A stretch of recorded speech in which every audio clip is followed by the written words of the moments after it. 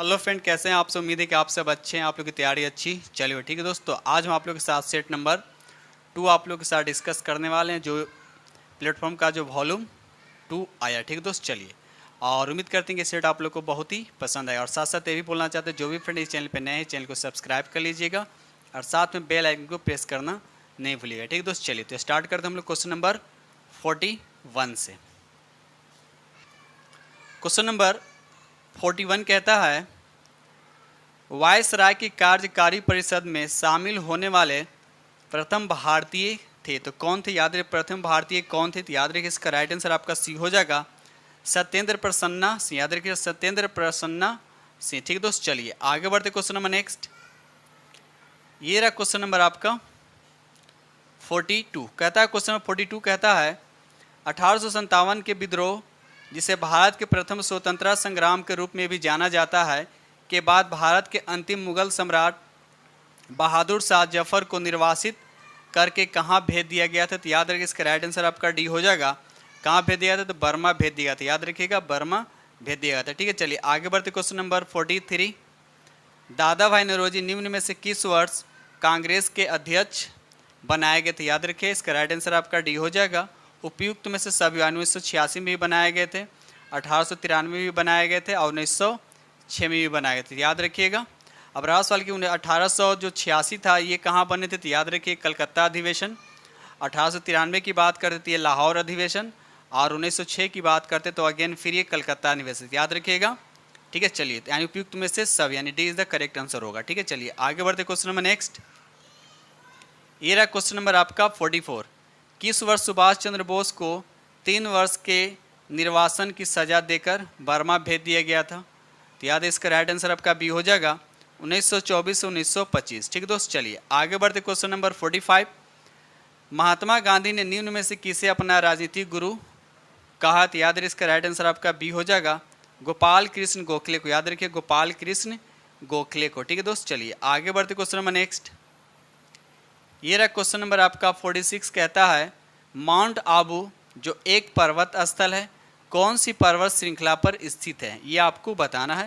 तो याद रखिए इसका राइट आंसर आपका सी हो जाएगा, अरावली पर्वत। याद रखिएगा अरावली पर्वत। साथ साथ ये भी याद रखिए अरावली पर्वत जो है ये भारत के सबसे प्राचीनतम पर्वत है। याद रखिए सबसे प्राचीन यानी सबसे पुराना पर्वत है। ठीक है, चलिए आगे बढ़ते हम लोग। ये रहा क्वेश्चन नंबर आपका 47। जिब्राल्टर जल डमरू किन को जोड़ता है। जिब्राल्टर जो जल डमरू है ये किन को जोड़ता है। तो याद है इसका राइट आंसर आपका सी हो जाएगा, अटलांटिक महासागर और भूमध्य सागर को क्या करता है, जोड़ता है। ठीक है दोस्त, चलिए आगे बढ़ते हम लोग question number next. Question number 48 कहता है, भारत का सबसे बड़ा सौर शक्ति संयंत्र कहाँ स्थित है। तो याद है इसका राइट आंसर आपका सी होगा, भादला। याद रखिएगा भादला। जब भादला की बात आती है तो भादला कहाँ स्थित है।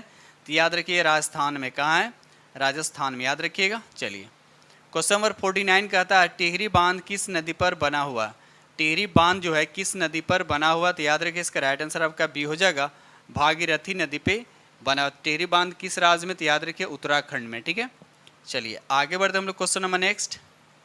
क्वेश्चन नंबर 50 कहता है, निम्नलिखित में से भारत का कौन सा क्षेत्र उष्णकटिबंधीय सदाबहार वन से ढका हुआ है। तो इसका राइट आंसर आपका सी हो जाएगा। याद रखिए पश्चिमी घाट। याद रखिएगा पश्चिमी घाट। क्वेश्चन नंबर 51 कहता है, भारतीय भूवैज्ञानिक सर्वेक्षण का नया महानिदेशक किसे नियुक्त किया गया है। तो याद रखिए इसका राइट आंसर आपका ये होगा, जनार्दन प्रसाद। याद रखिए जनार्दन प्रसाद को भारतीय भूवैज्ञानिक सर्वेक्षण का नया महानिदेशक नियुक्त किया गया है। ठीक है, चलिए आगे बढ़ते। ये रहा क्वेश्चन नंबर आपका 52।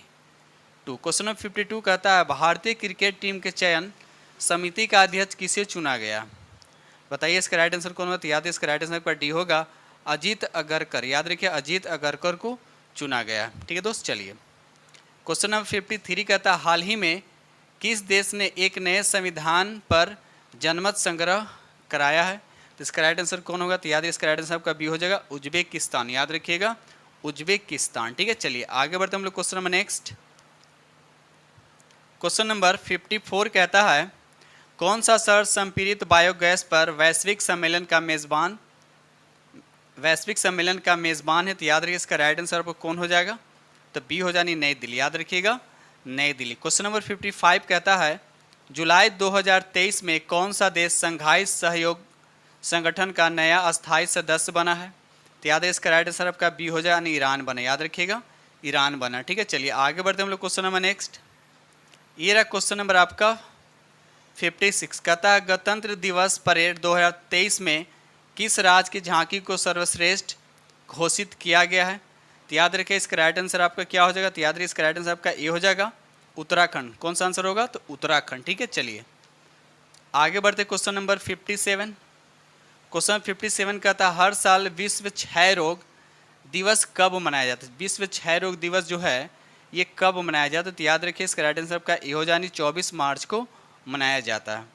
क्वेश्चन नंबर 58 कहता है किस देश ने वर्ष 2023 से 2027 तक के लिए विश्व मौसम विज्ञान संगठन की अध्यक्षता हासिल की है? तो याद रखिए इसका राइट आंसर आपका ए हो जाएगा, संयुक्त अरब अमीरात। याद रखिए संयुक्त अरब अमीरात। ठीक है, चलिए आगे बढ़ते क्वेश्चन नंबर 59। जैनियों द्वारा अपने पवित्र ग्रंथों के लिए सामूहिक रूप से किस शब्द का प्रयोग किया जाता है? सामूहिक रूप से किस शब्द का प्रयोग किया? तो याद रखिएगा इसका राइट आंसर आपका बी हो जाए, आगम। याद रखिएगा, आगम। ठीक है, चलिए आगे बढ़ते क्वेश्चन नंबर नेक्स्ट। ये रहा क्वेश्चन नंबर आपका 60। क्वेश्चन नंबर 60 कहता है प्रथम अफीम युद्ध कब हुआ था? प्रथम अफीम युद्ध कब हुआ था? तो याद रखिए इसका राइट आंसर आपका बी हो जाएगा, 1839 से 42 ईस्वी में। किनके बीच हुआ था? तो याद रखिए यह युद्ध जो हुआ था ब्रिटेन और चीन के बीच। याद रखिएगा ब्रिटेन प्लस चीन के बीच ये युद्ध हुआ था, प्रथम अफीम युद्ध। ठीक है, चलिए आगे बढ़ते क्वेश्चन नंबर 61। भारतीय इतिहास के किस काल को चित्रित धूसर मृद भांड काल के रूप में जाना जाता है? तो याद रखिए इसका राइट आंसर आपका सी हो जाएगा, उत्तर वैदिक काल को। याद रखिए उत्तर वैदिक काल। ये रहा क्वेश्चन नंबर आपका 62। क्वेश्चन नंबर 62 कहता है मराठा साम्राज्य के संस्थापक शिवाजी की मृत्यु किस वर्ष हुई है? किस वर्ष हुई थी? याद रखिए इसका राइट आंसर आपका सी हो जाएगा, 1680 ईस्वी में। याद रखिए 1680 ईस्वी में। इनका जन्म कब हुआ था? तो याद रखिए 1630 ईस्वी में इनका जन्म हुआ था। ठीक है, चलिए आगे बढ़ते क्वेश्चन नंबर 63। अकबर के 9 रत्नों में से किसके निर्देशन में महाभारत का अनुवाद फारसी भाषा में किया गया था? तो याद रखिए इसका राइट आंसर आपका डी यानी फैजी के। याद रखिए फैजी के निर्देशन में। ठीक है, चलिए ये रहा क्वेश्चन नंबर आपका 64। कहता है 19वीं शताब्दी के तीसरी दशक के प्रारंभिक चरण में अंग्रेजी व्यवस्था ने निम्न में से किस भू राजस्व प्रणाली में किसानों के साथ सीधे लगान का निर्धारण किया था? तो याद रखिए इसका राइट आंसर आपका सी होगा, रैयतवारी। याद रखिए रैयतवारी व्यवस्था। ठीक है, चलिए आगे बढ़ते हम लोग question number next. Question number 65 कहता है प्रार्थना समाज की स्थापना किसने की थी? तो याद रखिए इसका राइट आंसर आपका डी हो जाएगा, आत्माराम पांडुरंग। याद रखिए, और कब की थी? याद रखिएगा 1867 ईस्वी में। कहाँ? तो मुंबई में। याद रखिएगा बम्बई में किया गया था। ठीक है, चलिए आगे बढ़ते हम लोग। क्वेश्चन नंबर यहाँ पर 66 कहता है शिवाजी के मंत्री परिषद यानी अष्टप्रधान में विदेश मंत्री को क्या कहा जाता था? विदेश मंत्री को क्या कहा जाता था? तो याद रखिए इसका राइट आंसर आपका डी हो जाएगा, सुमंत कहा जाता था। क्या कहा जाता था? सुमंत कहा जाता था। ठीक है दोस्त, चलिए आगे बढ़ते क्वेश्चन नंबर 67। निम्नलिखित में से किस बहुउद्देशीय परियोजना का निर्माण नर्मदा नदी पर किया गया? नर्मदा नदी पर किया गया। तो याद रखिए इसका राइट आंसर आपका ए हो जाएगा, सरदार सरोवर परियोजना। याद रखिएगा सरदार सरोवर परियोजना। ठीक है, ये रहा क्वेश्चन नंबर आपका 68। चलिए क्वेश्चन नंबर 68 कहता है बारी दोआब जो है के बीच का क्षेत्र, किसके बीच का क्षेत्र? याद रखिएगा ब्यास और रावी नदी का। अब रहा सवाल कि दोआब किसको कहते हैं? तो याद रखिए दो नदियों के बीच के जो उपजाऊ भूमि होता है उसी को दोआब कहते हैं। जैसे आपको पता हो कि आब मीन्स क्या होता है? पानी होता है। और ये दोआब जो क्षेत्र होता है ये बहुत ही क्या होता है? उपजाऊ होता है। ठीक है, याद रखिएगा। चलिए क्वेश्चन नंबर 69 कहता है गोदावरी डेल्टा किस राज्य में पड़ता है? ये आपसे पूछा जा रहा है। तो याद रखिए इसका राइट आंसर आपका बी हो जाएगा, ये आंध्र प्रदेश में पड़ता है। याद रखिएगा आंध्र प्रदेश में पड़ता है। और कृष्णा डेल्टा कहाँ? तो ये भी आंध्र प्रदेश में स्थित है। और कावेरी डेल्टा तो याद रखिए तमिलनाडु राज्य में स्थित है, भी याद रखिएगा। चलिए आगे बढ़ते question number next. Question number 70 कहता है ब्रह्मपुत्र नदी का उद्गम कहाँ से हुआ? याद रखिएगा ब्रह्मपुत्र नदी का उद्गम कहाँ से हुआ है? तो याद रखिए इसका राइट आंसर आपका ए हो जाएगा, तिब्बत के मानसरोवर झील के निकट कैलाश श्रेणी के चेमायुंगडी हिमनद से होती है। याद रखिएगा।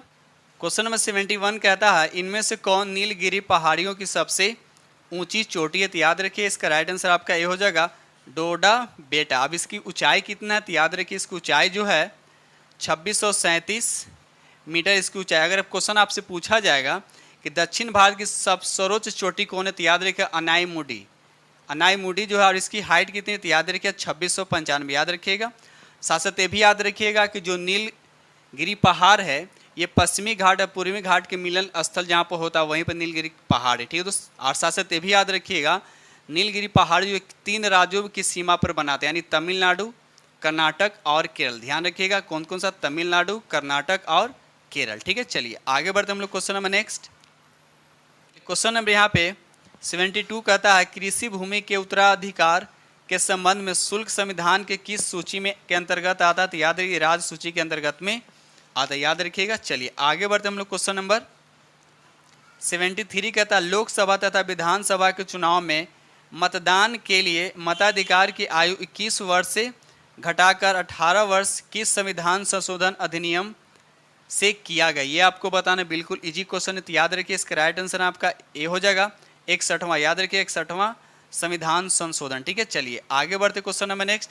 और साथ साथ ये भी याद रखिए कि 61वां संविधान संशोधन कब हुआ था, तो 1989 में हुआ था, ये भी याद, डेट भी याद रखिएगा, ठीक है।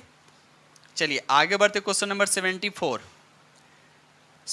कहता भारतीय संविधान के किन अनुच्छेदों के अंतर्गत समानता के अधिकार का उल्लेख किया गया, समानता के अधिकार का उल्लेख किया गया, तो याद रखिए इसका राइट आंसर आपका बी हो जाएगा अनुच्छेद 14 से 18। याद रखिए अनुच्छेद 14 से 18, ठीक है। चलिए आगे बढ़ते हम लोग क्वेश्चन नंबर नेक्स्ट। ये रहा क्वेश्चन नंबर आपका 75 कहता है सर्वोच्च न्यायालय के मुख्य न्यायाधीश, संघ लोक सेवा आयोग के अध्यक्ष, मुख्य निर्वाचन आयुक्त एवं भारत के नियंत्रक महालेखा परीक्षक पदों में वरीयता के क्रम में सबसे उच्च पूछा जा रहा, उच्च क्रम पर कौन पद, ये आपसे पूछा है, तो याद रखिए इसका राइट आंसर आपका ए हो जाएगा सर्वोच्च न्यायालय के मुख्य न्यायाधीश। याद रखिए सर्वोच्च न्यायालय के मुख्य न्यायाधीश, ठीक है। चलिए आगे बढ़ते हम लोग। क्वेश्चन नंबर 76 कहता है प्रथम लोकसभा के प्रथम उपाध्यक्ष निम्न में से कौन हुए थे, ये आपको बताना, तो याद है इसका राइट आंसर आपका बी हो जाएगा M.A. अयंगर। याद रखिए M.A. अयंगर, याद रखिएगा। चलिए आगे बढ़ते क्वेश्चन नंबर 77 निम्नलिखित में से किस प्रकार का बाजार कीमतों को नियंत्रित करने में असमर्थ रहता है, तो याद रखिए इसका राइट आंसर आपका बी हो जाएगा पूर्ण स्पर्धा। याद रखिएगा पूर्ण स्पर्धा, ठीक है। चलिए आगे बढ़ते हम लोग क्वेश्चन नंबर 78। ये रहा क्वेश्चन नंबर आपका 78 कहता है सेवा क्षेत्र किसी अर्थव्यवस्था के डैश का एक हिस्सा, तो किसका हिस्सा है, तो याद है इसका राइट आंसर आपका सी हो जाएगा तृतीयक क्षेत्र का हिस्सा, ठीक है। चलिए आगे बढ़ते क्वेश्चन नंबर 79 मुद्रास्फीति किससे मापी जाती है, मुद्रास्फीति जो है ये किससे मापी जाती है, याद है इसका राइट आंसर आपका बी हो जाएगा मुद्रा आपूर्ति की अधिकता से। याद रखिए मुद्रा आपूर्ति की अधिकता से मापी जाती है, ठीक है। चलिए आगे बढ़ते हम लोग क्वेश्चन नंबर नेक्स्ट। ये रहा क्वेश्चन नंबर आपका 80 कहता है 1948 के औद्योगिक नीति में उद्योग को कितने वर्गों में विभाजित किया गया है, तो याद रखिए इसका राइट आंसर आपका बी हो जाएगा 4 वर्गों में बांटा गया। याद रखिए 4 वर्गों में बांटा गया, ठीक है। चलिए आगे क्वेश्चन नंबर 81 कहता है औद्योगिक नीति को किस तरह का संविधान कहा जाता है, तो याद रखिए इसका राइट आंसर आपका डी हो जाएगा आर्थिक। याद रखिएगा आर्थिक संविधान कहा जाता है, ठीक है। चलिए आगे बढ़ते क्वेश्चन नंबर 82 निम्न में कौन तथ्य सुनामी से संबंधित नहीं है, ठीक है, ये आपको बताना है, तो याद रखिए इसका राइट आंसर आपका ए होगा किसी पर्वत की ऊंची चोटी पर होने वाला प्राकृतिक घटना, इससे सुनामी का कोई संबंध नहीं, ठीक है। चलिए आगे बढ़ते क्वेश्चन नंबर यहाँ पर 83 कहता है 1931 में निम्नलिखित में से कौन इंडियन नेशनल कांग्रेस के अध्यक्ष थे, 1931 की बात किया जा रहा है, तो याद रखिए इसका राइट आंसर आपका बी हो जाएगा वल्लभ भाई पटेल। याद रखिएगा वल्लभ भाई पटेल, ठीक है। चलिए आगे बढ़ते हम लोग क्वेश्चन नंबर 84। क्वेश्चन नंबर 84 कहता है कि लक्षद्वीप समूह और अंडमान निकोबार द्वीप समूह के समुद्र तट सहित भारत के समुद्र तट की लगभग कुल लंबाई आपसे पूछा जा रहा है, यानी टोटल आपसे पूछा जा रहा है कितना है, तो याद रखिएगा इसका राइट आंसर आपका बी हो जाए 7517 किलोमीटर। याद रखिए 7517 किलोमीटर टोटल पूछा जा रहा है, ठीक है, याद रखिएगा। चलिए आगे बढ़ते क्वेश्चन नंबर नेक्स्ट। ये रहा क्वेश्चन नंबर आपका 85। क्वेश्चन नंबर 85 कहता है क्षेत्रफल की दृष्टि से विश्व का छठा सबसे बड़ा देश कौन है, विश्व का छठा सबसे बड़ा देश कौन है, तो याद रखिए इसका राइट आंसर आपका सी हो जाएगा, यानी ऑस्ट्रेलिया हो जाएगा। याद रखिएगा ऑस्ट्रेलिया हो जाएगा। अगर उसी हम भारत की बात करें तो भारत जो है 7वें नंबर पर, याद रखिएगा 7वें नंबर। पहले नंबर पे कौन है तो रूस हो जाएगा, दूसरे नंबर पे कनाडा हो जाएगा, और तीसरे नंबर पे चीन हो जाएगा, और चौथा पे अमेरिका हो जाएगा, और पाँचवें पे ब्राज़ील, और छठे पे ऑस्ट्रेलिया, और सातवें पर हो जाएगा आपका भारत, याद रखिएगा। चलिए आगे बढ़ते क्वेश्चन नंबर 86। बिहार में पहली बार राष्ट्रपति शासन जब लगा था उस समय बिहार के राज्यपाल कौन थे, ये आपसे पूछा गया। तो याद है इसका राइट आंसर आपका बी हो जाएगा, नित्यानंद कानून गो, याद रखिए नित्यानंद कानून गो, याद रखिएगा।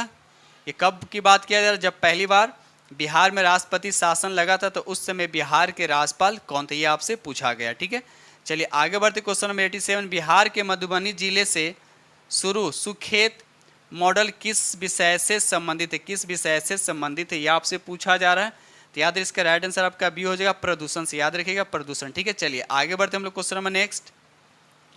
क्वेश्चन नंबर 88 कहता है डॉक्टर विधान चंद्र राय को भारत रत्न सम्मान कब मिला था, यानी डॉक्टर विधान चंद्र राय को भारत रत्न सम्मान से कब सम्मानित किया गया, तो यह आपसे पूछा जा रहा है।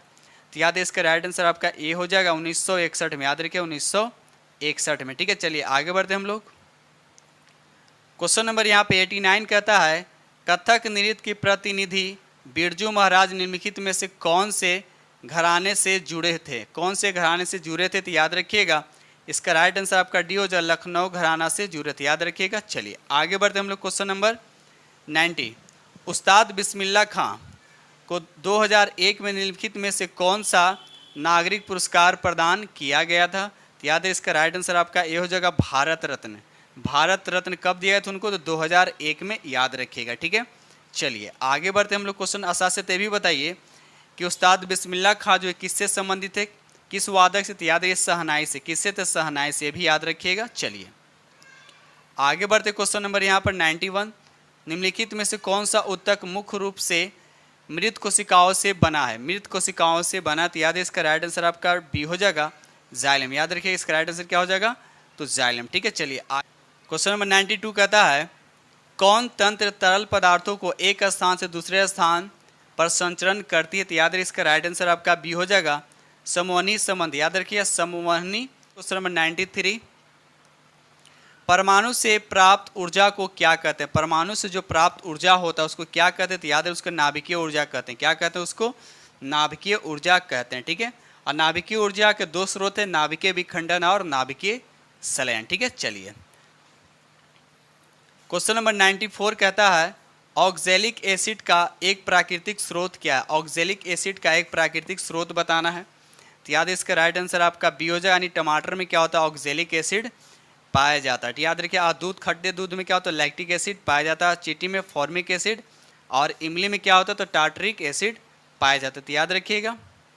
क्वेश्चन नंबर 95 कहता है निम्न में कौन मांसपेशी और अस्थि को जोड़ता है, मांसपेशी और अस्थि को जोड़ता है, तो याद रखिएगा इसका राइट आंसर आपका सी हो जाए, टेंडम बोलता है, लेकिन जब अस्थि को अस्थि से जोड़ा जाता है उसको बोलते हैं लिगामेंट्स, याद रखिएगा। मांस को जब हड्डी से जोड़ा जाता है तो उसको टेंडन बोला जाता है, लेकिन हड्डी को हड्डी से यानी अस्थि को अस्थि से जब जोड़ा जाता है तो उस जोड़ को बोलते हैं लिगामेंट्स, याद रखिएगा। चलिए आगे बढ़ते क्वेश्चन नंबर 96 कहता है किस प्रकार की कोशिका से त्वचा बनी, किस प्रकार की कोशिका से त्वचा बनी, तो याद रखिए इसका राइट आंसर आपका सी हो जाएगा अधिचर्म कोशिका से, याद रखिएगा अधिचर्म कोशिका से। ठीक है, चलिए आगे बढ़ते क्वेश्चन नंबर 97।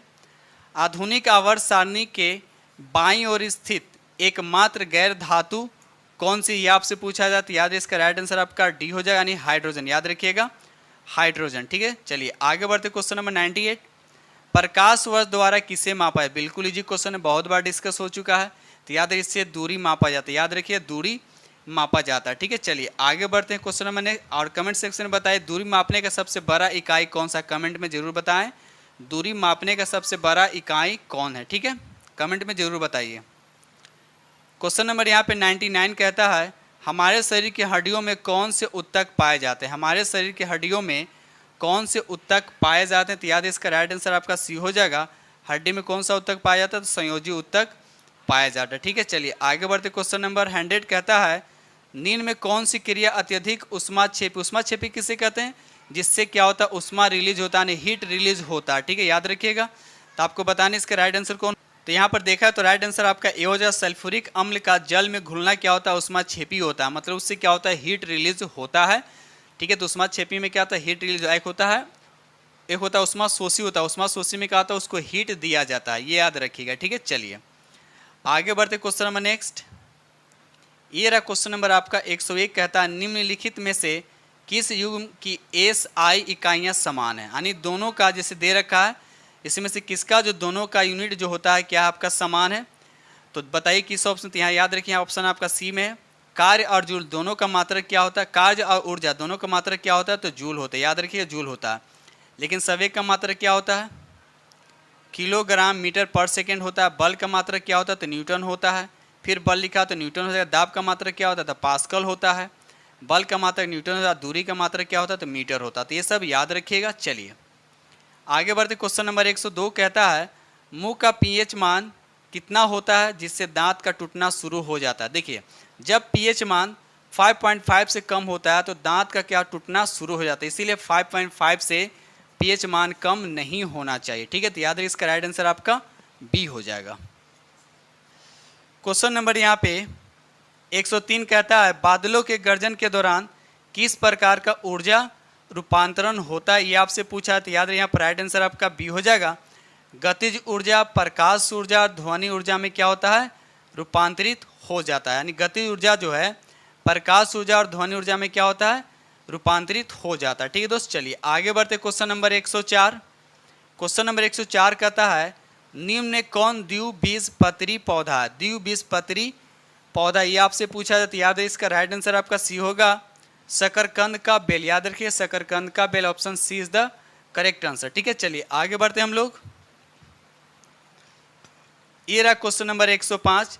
मृत एवं सड़े गले पदार्थों से पोषण प्राप्त करने वाले जीव का उदाहरण है, तो आपको बताने इसका राइट आंसर कौन होगा, तो याद रखिए म्यूकर। याद रखिए इसका राइट आंसर क्या होगा, तो म्यूकर हो जाएगा। ठीक है, क्वेश्चन नंबर 106 कहता है वैज्ञानिक प्रक्रिया जिसके द्वारा फसल पौधों को कुछ वांछित पोषक तत्वों से समृद्ध किया जाता है क्या कहलाता है, तो यार इसका राइट आंसर आपका सी हो जाएगा, बायोफोर्टिफिकेशन। याद रखिए बायोफोर्टिफिकेशन। ठीक है, चलिए आगे बढ़ते हम लोग। क्वेश्चन नंबर 107 कहता है कॉलरा जो रोग है किसके द्वारा होता है। सिंपल सा क्वेश्चन है, तो याद रखिए इसका राइट आंसर आपका ए हो जाए, बैक्टीरिया द्वारा यानी जीवाणु द्वारा कॉलरा होता है, याद रखिएगा। चलिए आगे बढ़ते क्वेश्चन नंबर 108। निम्न में कौन विद्युत चुंबकीय तरंग नहीं, कौन सा इसमें विद्युत चुंबकीय तरंग नहीं है, ये आपसे पूछा गया, तो याद है इसका राइट आंसर आपका सी हो जाएगा।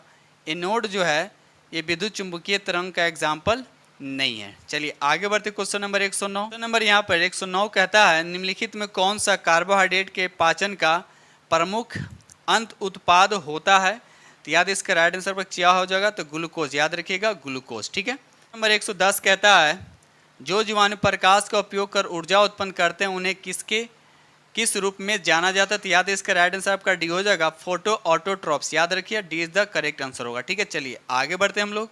ये रहा क्वेश्चन नंबर आपका 111। निम्नलिखित में से कौन से पशु वस्तुओं को श्वेत श्याम रंग में देख पाते हैं। याद है श्वेत श्याम रंग में देख पाते हैं, तो याद है इसका राइट आंसर आपका ये हो जाएगा, चमगादड़, उल्लू और कांटा चूहा। याद रखिए इसका राइट आंसर आपका ए इज द करेक्ट होगा। ठीक है, चलिए आगे बढ़ते क्वेश्चन नंबर 112। कोशिकाओं के अध्ययन को क्या कहा जाता है, यानी कोशिकाओं के अध्ययन को क्या कहा जाता है, तो याद रखिए साइटोलॉजी कहा जाता है। क्या कहा जाता है, तो साइटोलॉजी कहा जाता है। क्वेश्चन नंबर 113 कहता है निम्नलिखित में से किसको पदार्थ की पांचवी अवस्था माना जाता है। पांचवी अवस्था किसको माना जाता है, याद रखिए इसका राइट आंसर आपका बी हो जाएगा, बोस आइंस्टीन कंडेंसेट। याद रखिए बोस आइंस्टीन कंडेंसेट इसका पदार्थ की पांचवी अवस्था का नाम है। ठीक है, चलिए आगे बढ़ते क्वेश्चन नंबर 114 कहता है ध्वनि की प्रबलता ध्वनि उत्पन्न करने वाले कंपन के आयाम से किस प्रकार समानुपाती होता है, तो याद रखिए इसका राइट आंसर आपका डी हो जाएगा, वर्ग के समानुपाती होता है। याद रखिएगा वर्ग के समानुपाती होता है। ठीक है, चलिए आगे बढ़ते क्वेश्चन नंबर 115।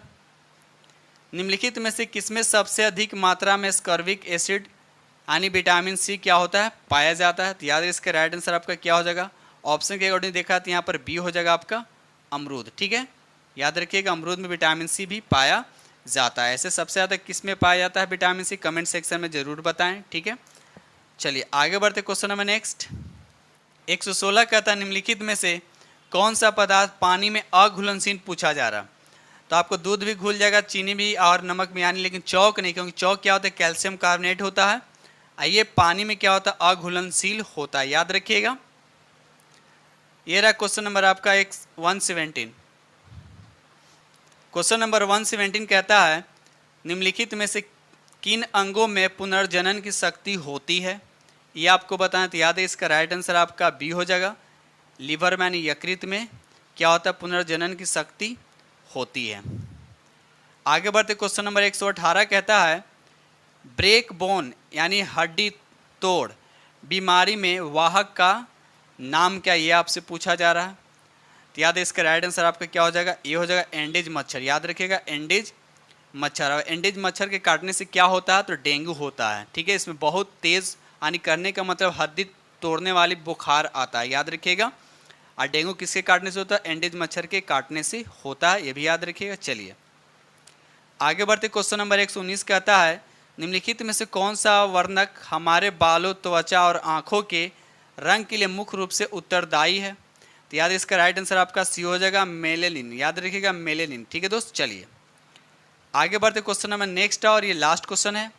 क्वेश्चन नंबर 120 कहता है उस प्रकार के पोषण का नाम बताएं जिसमें जीव अपना पोषण मृत और विघटित सेल पदार्थों से विलयन के रूप में क्या करता है, प्राप्त करते हैं। तो याद रखिए इसका राइट आंसर पर क्या हो जाएगा, बी हो जाएगा मृत जीवी पोषण। उसको क्या बोलते हैं हम लोग, तो मृत जीवी पोषण कहते हैं। ठीक है दोस्तों, इस तरह से हमने आप लोग के साथ ATMCQ जो प्लेटफॉर्म का जो वॉल्यूम 2 आया है उसका आज हम सेट नंबर 2 आप लोग के साथ डिस्कस किए हैं और उम्मीद करते हैं कि ये सेट आप लोग को बहुत ही पसंद आएगा। अगर पसंद आए तो प्लीज़ लाइक कीजिएगा, जो फिर चैनल पे नए चैनल को सब्सक्राइब कर लीजिएगा और साथ में बेल आइकन को प्रेस करना नहीं भूलिए, क्योंकि जो भी वीडियो अपलोड करेंगे उसका नोटिफिकेशन आप तक सबसे पहले पहुँचेगा। ठीक है, तो इसी के साथ हम वीडियो करते हैं समाप्त और मिलते हैं आप लोग से नेक्स्ट वीडियो में। तब तक के लिए थैंक यू वेरी मच।